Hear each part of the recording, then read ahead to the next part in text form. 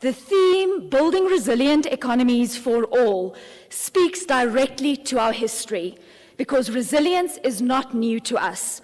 It is something our mothers and grandmothers have carried in their being forever.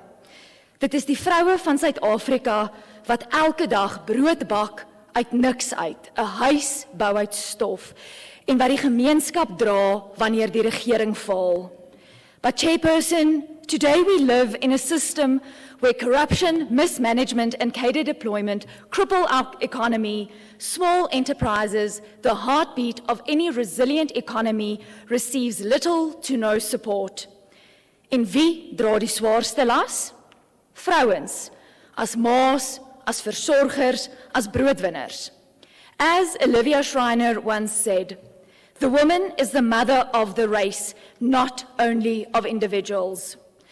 As sy gebuk gaan onder armoede en onsekerheid, dan ly die hele samelewing.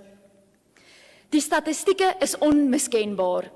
In 2023 was die werkloosheidskoers in Suid-Afrika vir vroue byna 30%, teenoor die wêreld en Afrika gemiddeld wat net so by die 8% is.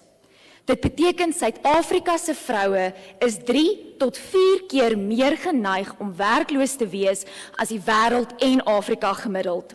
Eswatini en Suid-Afrika staan natuurlik heel bo aan die lys wanneer dit by die kontinent kom.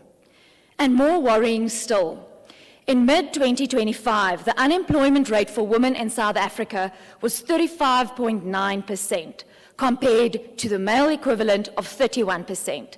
That is a gender gap of almost 5%. And I can continue with these stats, but the light at the end of the tunnel does not get brighter. The Freedom Front Plus believes that true resilience starts in communities, and I'm so glad that the Honourable Dipolelo also mentioned that. Empowerment of small and medium enterprises by removing excessive red tape needs to be seen. We need to end corruption and mismanagement and have transparent leadership. A renewed focus on skills, vocational training and entrepreneurship, especially to empower women and our youth.